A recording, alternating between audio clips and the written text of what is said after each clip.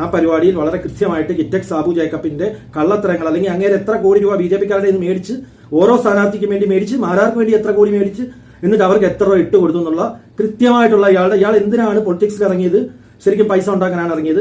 അത് മാത്രമല്ല ആ ഒരു കിഴക്കമ്പലം എന്ന് പറഞ്ഞ സ്ഥലത്തിനപ്പുറത്തോട്ട് ഈ ഒരു പാർട്ടിയെ വളർത്താൻ യാതൊരു ഉദ്ദേശവുമില്ല.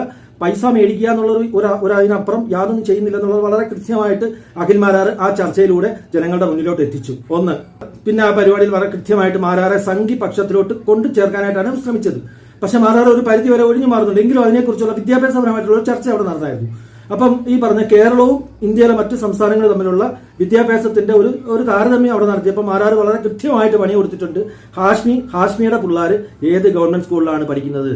കൃത്യമായിട്ടുള്ള പോയിന്റാണ്. കേരളത്തിന്റെ വിദ്യാഭ്യാസ രംഗം ഏത് രീതിയിലാണെന്ന് മാരാർ അവിടെ ചൂണ്ടിക്കാണിച്ചു. പിന്നെ അവിടെ അഖിൽ മാരാരുടെ നിലപാടില്ലായ്മ അല്ലെങ്കിൽ പലപാടാണ് അഖിൽ മാരാർ എന്ന് പറഞ്ഞ് കൃത്യമായിട്ട് കളിയാക്കുന്നുണ്ട്.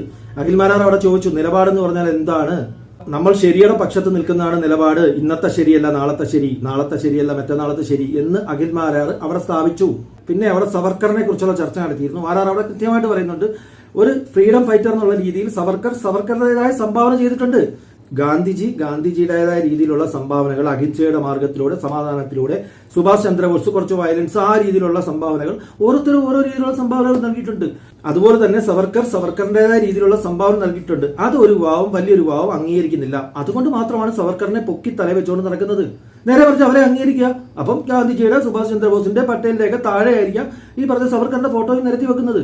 ഇത് അംഗീകരിക്കാത്തതുകൊണ്ടാണ് സവർക്കർ, വീർ സവർക്കർ എന്ന് പറയുന്നത്, പൊക്കി അടിച്ച് മേലെ കയറ്റുന്നതും. അത് നിങ്ങൾ എന്താണ് മനസ്സിലാക്കാത്തത്? ഇന്നല്ലെങ്കിൽ നാളെ സവർക്കറിനെ അംഗീകരിക്കും. കാരണം ഇവിടുത്തെ ജെൻസി തലമുറ എല്ലാം പഠിക്കുന്നവരാണ്. 80കളിലെ സഹാക്കളും കൊങ്ങികളെ പോലെ എന്തെങ്കിലും കേൾക്കുമ്പോൾ ഈങ്കുലാബ് വിളിച്ചോണ്ട് നടക്കുന്നവരല്ല. അവർ വിവരമുള്ളവരാണ്, അവർ കാര്യങ്ങൾ മനസ്സിലാക്കുന്നവരാണ്.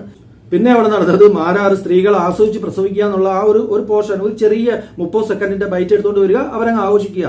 നമ്മളുടെ മൾട്ടി സ്പെഷ്യാലിറ്റി ഹോസ്പിറ്റലിൽ നടക്കുന്ന കള്ളത്തരങ്ങളെ കുറിച്ചാണ് തുറന്നു പറഞ്ഞത്. അല്ലാതെ എല്ലാവരും വീട്ടിൽ പ്രസവിക്കണമെന്നല്ല മാരാരോടെ പറഞ്ഞത്. പിന്നെ പുള്ളി അവിടെ കോട്ട് ചെയ്ത് സംസാരിച്ച കാര്യം എന്ന് പറഞ്ഞാൽ പണ്ട് മുതലേ പറഞ്ഞു വരുന്ന ഒരു പഴമയാണ്, ഒരു പഴഞ്ചൊല്ല് പോലെ പറഞ്ഞതാണ്.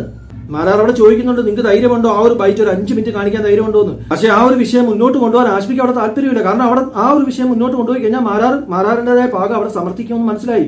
പക്ഷെ അവിടെ ഞങ്ങൾ ആശാൻ ചേച്ചെന്ന് പറഞ്ഞിട്ട് അവിടെ നിർത്തുവാണ്. അവിടെ പരിപാടി കഴിയുവാണ്. മാരാർ തൃക്കാക്കര മണ്ഡലത്തിൽ മത്സരിക്കേണ്ട ഒരു ഗതികേട് വന്നപ്പോൾ വേണ്ട, അവിടെ സ്റ്റോപ്പ് ചെയ്യണവർ, ഞാൻ മത്സരരംഗത്തില്ല എന്ന് പറയണമായിരുന്നു. അത് മാരാറിന്റെ ഒരു മിസ്റ്റേക്ക് തന്നെയാണ്. തീർച്ചയായിട്ടും BJP-യുടെ ഒരു C ക്ലാസ് മണ്ഡലത്തിൽ BJP-യുടെ ഒരു നോർമൽ പ്രവർത്തകരെ വോട്ട് ചെയ്യില്ല. അതുപോലെ തന്നെ തൃക്കാക്കര മണ്ഡലത്തിൽ കഴിഞ്ഞ പ്രാവശ്യം 2020 കിട്ടിയിരുന്ന 10% വോട്ട് തീർച്ചയായിട്ടും അത് കോൺഗ്രസിനാണ് പോയത്. BJP-യുടെ വോട്ട് BJP-ക്ക് കൃത്യമായിട്ട് കിട്ടിയിട്ടുണ്ട്. പിന്നെ അവിടെ വന്ന വോട്ടുകളിൽ 4% വർധനവ് മാരാറിന്റെ രീതിയിൽ തന്നെ ഉയർത്തിയതാണ്.